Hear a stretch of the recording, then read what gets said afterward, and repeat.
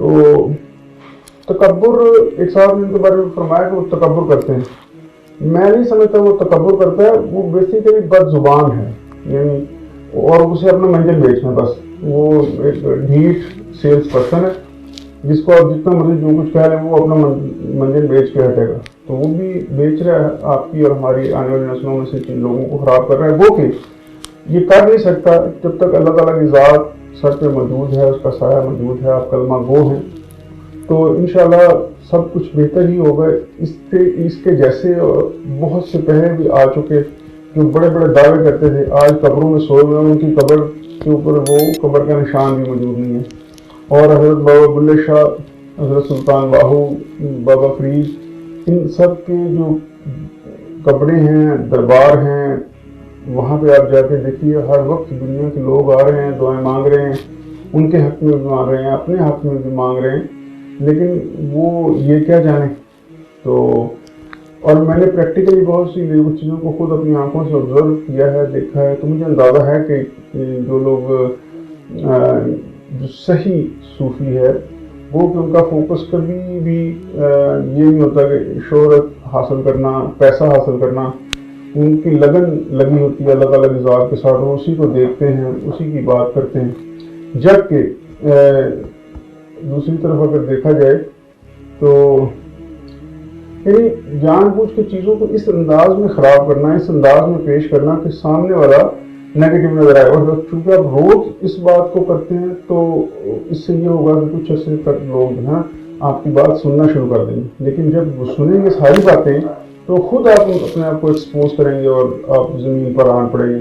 جبکہ وہ ہستیاں اپنی جگہ پہ آج اپنی قبروں میں سو گئے، عزت کے ساتھ، احترام کے ساتھ لوگ آتے ہیں، ان کے لیے بھی دعائیں مانگتے ہیں.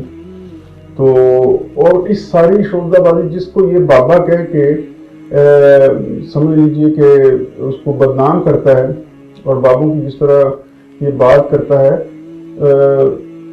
یہ کم از کم ہمارے لیے تو بڑی قابل افسوس بات ہے کہ ہمارے لوگ کیسے خاموشی سے اپنے باو اجداد کے بارے میں، ہمارے بزرگان دین کے بارے میں اس طرح کی باتیں سوچتے ہیں. تو اب جس طرح اس نے اپنا ایک آئیڈیا نیا پیش کیا، اس دور میں انہوں نے اپنے آئیڈیاز پیش کیے.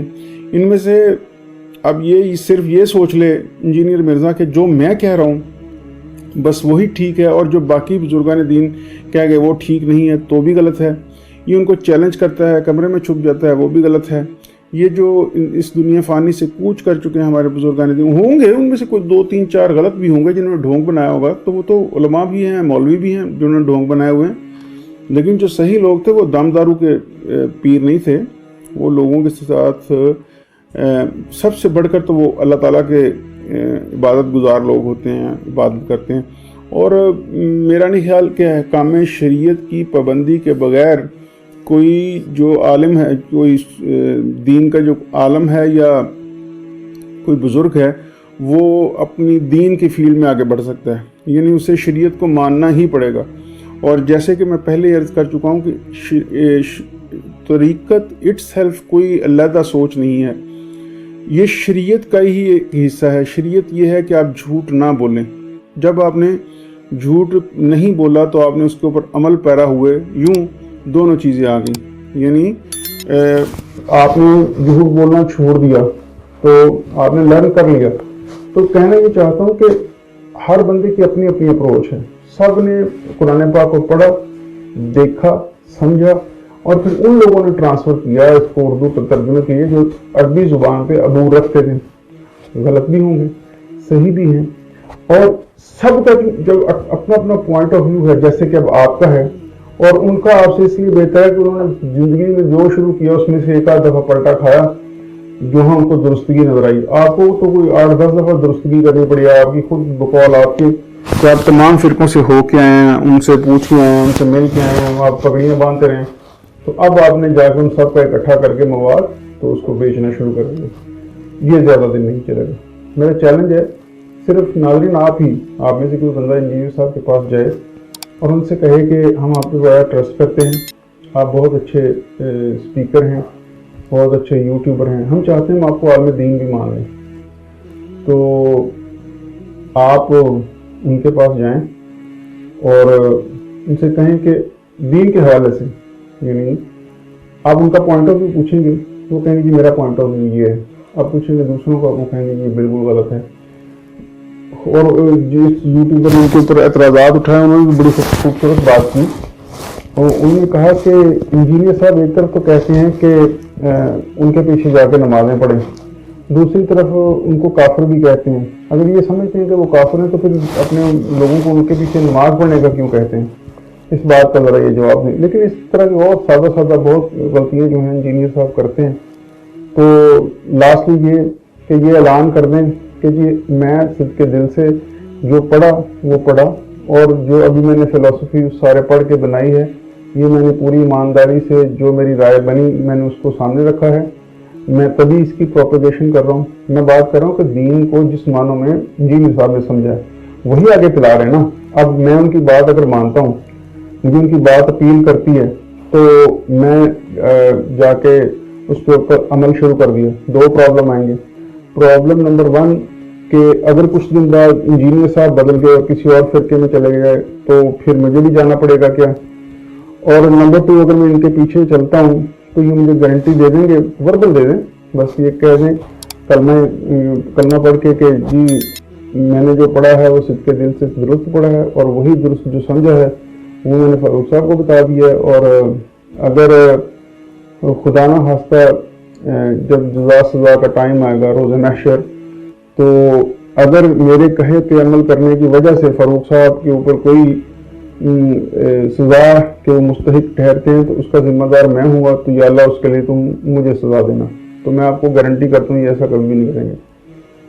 آپ اور کئی لوگوں میں ملا وہ کہتے ہیں ہم جو کہہ رہے ہیں آپ کریں گے تو ہم ذمہ دار ہیں. یہ کبھی بھی نہیں کہیں گے کیونکہ موسٹلی وہ جھوٹ بولتے ہیں. میری آپ سے التماس ہے کہ بچنے سے بس ان کو سنیں، لیکن سنیں اپنا دماغ سوچ ہوش کو مد نظر رکھتے ہوئے کہ یہ بندہ کر کیا رہا ہے. یعنی جب وہ گالیاں دے رہا ہوتا ہے، جب وہ اپنی تعریفیں کر رہا ہوتا ہے، جب وہ بیہودہ ورڈنگ یوز کر رہا ہوتا ہے، تو آپ کیسے اس کو اس طرح سے جو ہے وہ ایک سیلیبریٹی بنا رہے ہیں. اور حالانکہ سید بلال کتب صاحب جو ہیں کتب آن لائن والے، وہ بھی ان کے ہاں پوڈ کاسٹ کرنے پہنچ گئے، جبکہ میرا خیال ہے کہ ان سے بڑے بڑے جید علماء موجود ہیں. تو جس شخص کو ایک غلط بات کرنے سے ڈسکریج کرنا چاہیے اس کو ہم سب انکریج کر رہے ہیں، اور اب وہ بھی بیچارہ لگ گیا. یہ ساحل الدین صاحب ہیں، اس کے بالکل برعکس بات کرتے ہیں، لیکن ساتھ یہ بھی کہہ دیتے ہیں میرا 80% کام جو ہے وہ انجینئر محمد علی کر رہا ہے. مفتی منیب الرحمان صاحب ہیں، مفتی تقی عثمانی صاحب ہیں، بڑے عالم ہیں، وہ اس کی باتوں کا جواب نہیں دیتے.